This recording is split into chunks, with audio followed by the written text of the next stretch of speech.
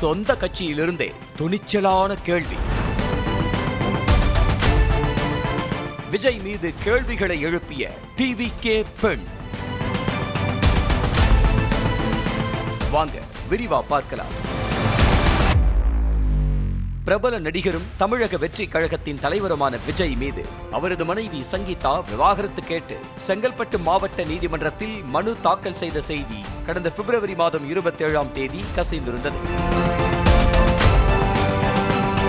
இந்த பரபரப்பான சூழலில் சமீபத்தில் திடீரென நடிகை த்ரிஷாவுடன் ஜோடியாக திருமண வரவேற்பு நிகழ்ச்சியில் விஜய் பங்கேற்றிருந்தார்.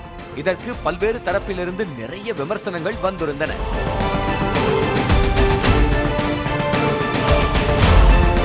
இதன் பின்னர் புதிய மனு ஒன்றையும் சங்கீதா தொடுத்திருந்தார். அதில் தன்னை நீலாங்கரை வீட்டிற்குள் அனுமதிக்க வேண்டும் என்று குறிப்பிட்டிருந்தார். இதன் பின் சமீபத்தில் டிவிகே சார்பில் நடந்த சர்வதேச மகளிர் தின விழாவில் விஜய் பங்கேற்று நிறைய வாக்குறுதிகள் கொடுத்திருந்தார்.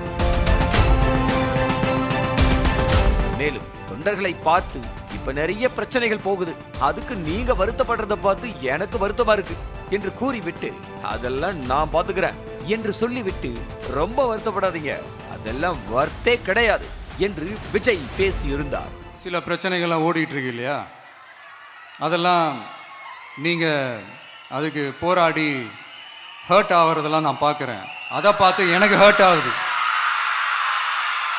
அதெல்லாம் நான் பார்த்துக்கிறேன்.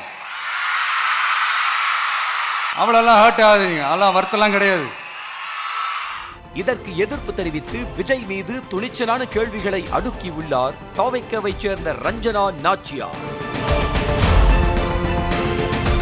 தனது சொந்த கட்சி என்றும் பாராமல் தனது தலைவன் மீது அவர் எழுப்பிய கேள்விகள் இதோ. பெண்ணியம் பேசும் விஜயிடம் கண்ணியம் உள்ளதா?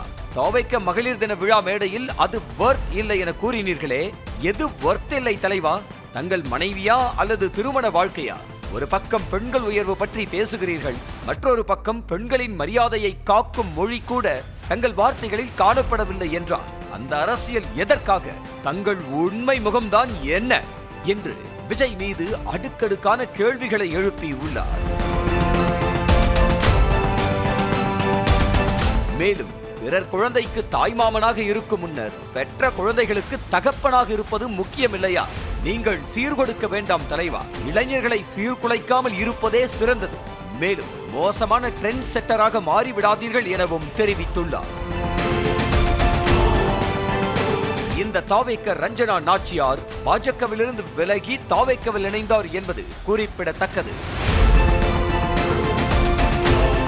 இவரோட இந்த கருத்தை நீங்க எப்படி பாக்குறீங்க அப்படிங்கறத கமெண்ட்ல சொல்லுங்க.